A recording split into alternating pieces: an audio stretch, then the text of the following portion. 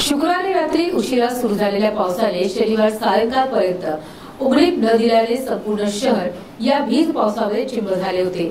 शुक्रवार दुपारनंतर शहर आणि परिसरात 5.2 मिलीमीटर पावसाची नोंद झाली असून हवेत 97% आर्द्रता तयार झाली, ज्यामुळे वातावरण अधिक दमट झाले होते। शहरातील विविध रस्त्यांवर पाणी साचल्याने स्थानिक निवासियांना दैनंदिन कार्यकर्ता जाण्यामध्ये अनेक अडचणींना सामोरे जावे लागले। शुक्रवारी रात्री उशिरा सुरू झालेल्या पावसाने शनिवार सायंकाळपर्यंत उघडीप न दिल्याने संपूर्ण शहर या भीज पावसामुळे चिंब झाले होते। शुक्रवार दुपारनंतर शहर आणि परिसरात 5.2 मिलीमीटर पावसाची नोंद झाली असून हवेत 97% आर्द्रता तयार झाली, ज्यामुळे वातावरण अधिक दमट झाले होते।